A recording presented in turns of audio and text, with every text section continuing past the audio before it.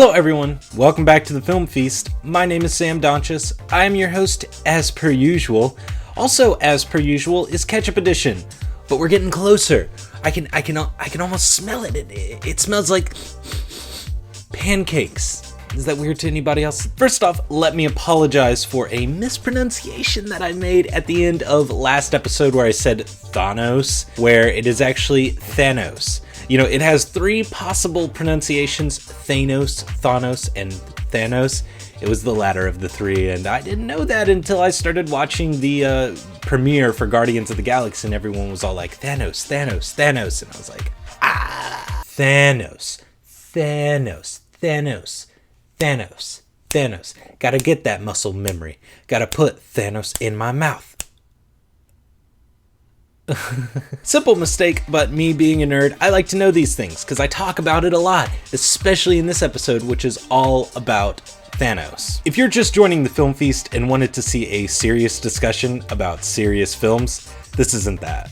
Although I want to do that sometimes. I do.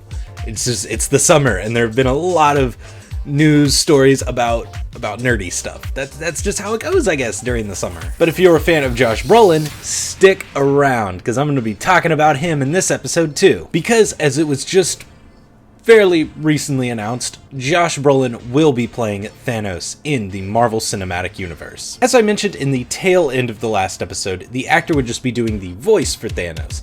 But as I ended up reading in a few interviews with Kevin Feige, president of Marvel Studios, the actor would actually be embodying Thanos entirely. In this case, that means that Josh Brolin will be suiting up in the motion capture suit, going in the studio, and doing all of the Thanos actions completely with his body, with his voice, everything. And really, I have to give Brolin props. I didn't expect an actor of his caliber to be up for something like motion capture acting. Brolin has most likely already gone through the ringer with this process, putting on the motion capture suit and all that for Guardians of the Galaxy. Although I can't be 100% sure on that because the movie hasn't opened wide yet, and I haven't asked the people that I follow on Twitter because honestly, I want to be surprised by little details like that.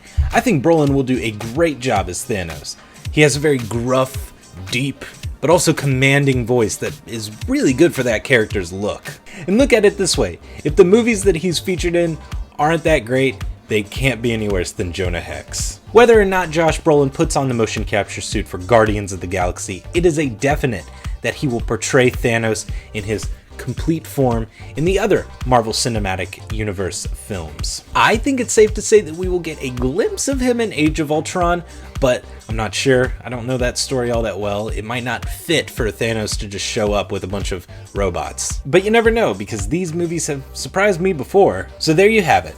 Josh Brolin is Thanos. Talk about it in the comments below. Are you happy with Marvel's decision? Were you kind of hoping that Thanos would get a different actor portraying him? Maybe someone a little bit more menacing? I don't know. I think Josh Brolin is probably the perfect choice for Thanos. And don't forget, Guardians of the Galaxy comes out this Friday, August 1st.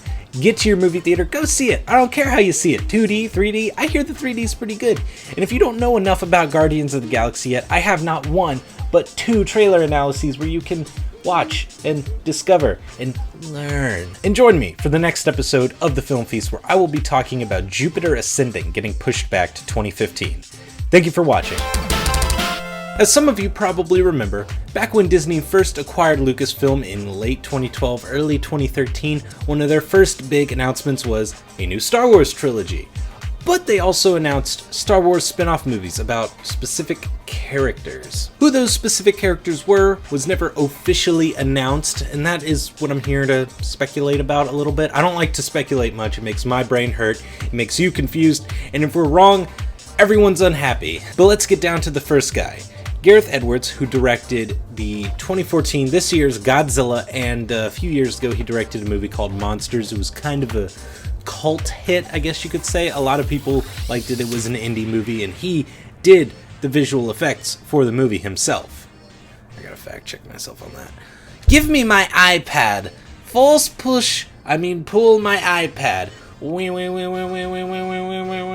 Got it! I definitely did my own visual effects for that one. Could you tell? Bet you couldn't tell. It was so realistic. Look at my Guardians of the Galaxy cup. It's beautiful. It's cheap as shit. I bought it at Subway. Ha